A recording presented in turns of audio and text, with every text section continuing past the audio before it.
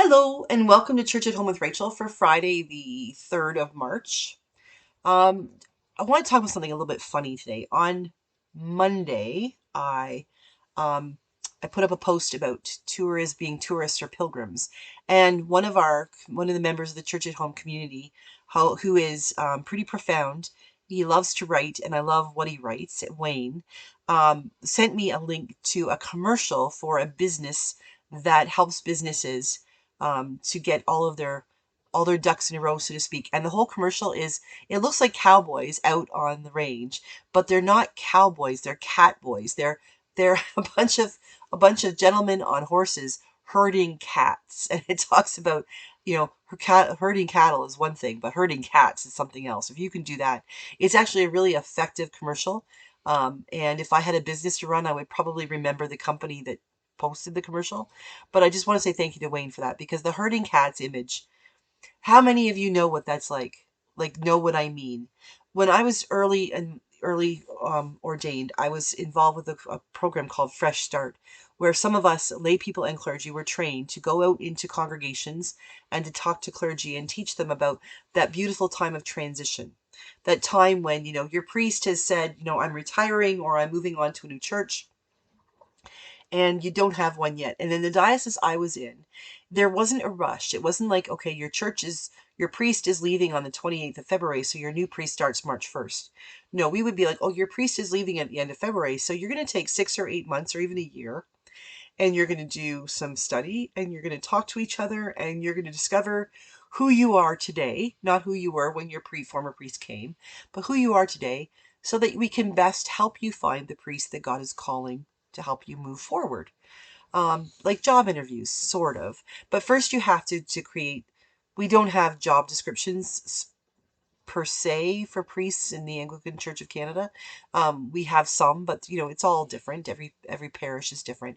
But it's a way, sort of, we encourage people to take the time in transition to do the work of figuring out, where are people at? Where are they changing? In some cases, to grieve, because if you've had a priest who is well loved for years and they leave, it's like breaking up with someone. They recommend you don't jump into a relationship first for a while. Like, you allow yourself to move past the old one. Same thing with getting a priest.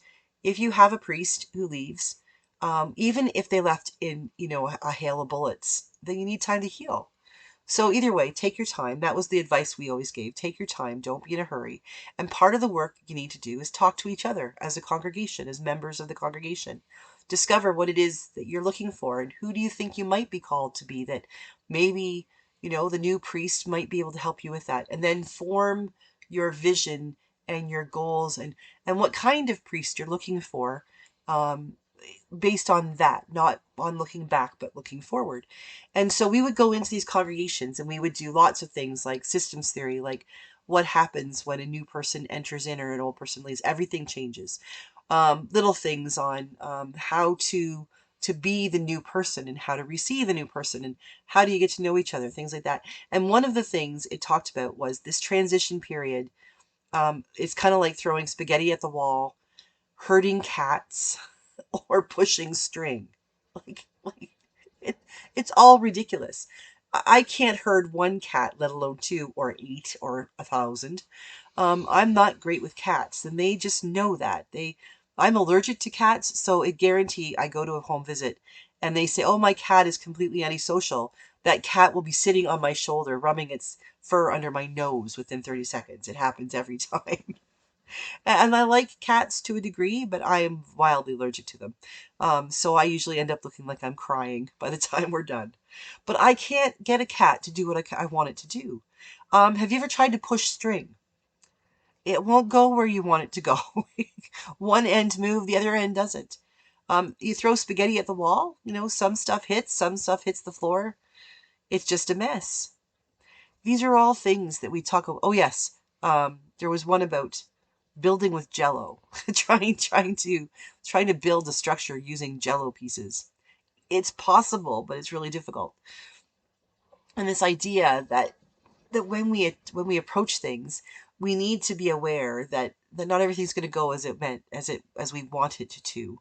And when Wayne sent me that post, the words he shared before that, and then that video, it had me laughing out loud because it really is. Life really is about the process. We can try to herd cats as much as we want, and we might get a couple of them across the finish line. But in the meantime, what have we done? We have chased cats up trees. We have run around people's backyards. We have discovered that they just lay down and won't move. And if we go near them, they hiss and they claw. We learn all kinds of things about ourselves when we try to herd cats. We learn nothing about cats, but we learn about our own ability to be patient, and we learn about our ability to be creative and how we think and how we do what we're called to do. And I think that that's really important. That whole piece of transition time, that's all what that really was about, is helping congregations to realize you don't have to go from point A to point B in a straight line.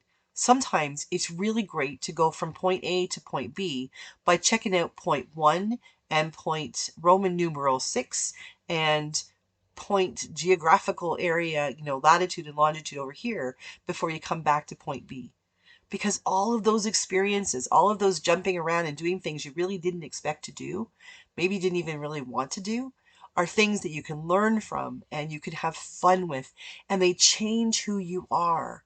They change your abilities, and they give you new skills, and they give you new insights that you can then bring with you when you get to point B. So to Wayne for reminding me about herding cats, and to all of you as you as you head into your weekend and whatever that might look like, if you have to herd cats, throw up your hands and say thank you, God, for the opportunity for chaos, and just laugh your way through it and learn. Because it may seem like a task that can't be done, but at the end of the day, even if you don't accomplish it, you will grow through it. And isn't that really what life is all about? So enjoy herding your cats or building with jello or pushing string or whatever it is you're going to do this weekend. And I hope I will see you on Sunday for Church at Home, or for Gospel on the Go for Lent 2, and on Monday for Church at Home with Rachel. God bless everybody. God bless.